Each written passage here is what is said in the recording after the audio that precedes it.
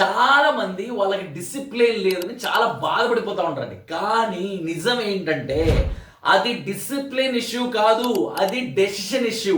Discipline అనేది తెల్లవారుజామున 5 గంటలకు నిద్ర లేచి ఒక రొటీన్ ఫాలో అవ్వడం కాదు.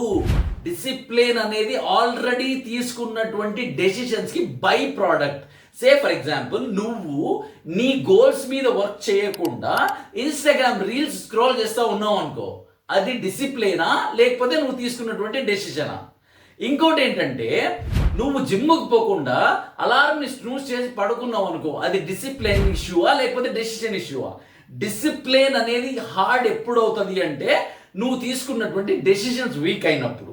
సో నీ డెసిషన్ స్ట్రాంగ్ అయ్యావు అనుకో, బాడీ ఆటోమేటిక్గా ఫాలో అవుతుంది. No excuses, no second thoughts. So stop blaming you for your discipline.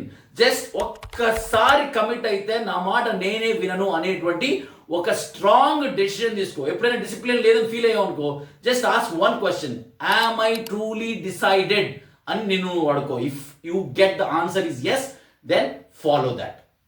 ఈ రీల్ని గట్టిగా తగిలినట్టయితే సేవ్ చేసుకో అండ్ గుర్తుపెట్టుకో, లైఫ్ను మార్చేది డిసిప్లిన్ కాదు, స్ట్రాంగ్ డెసిషన్.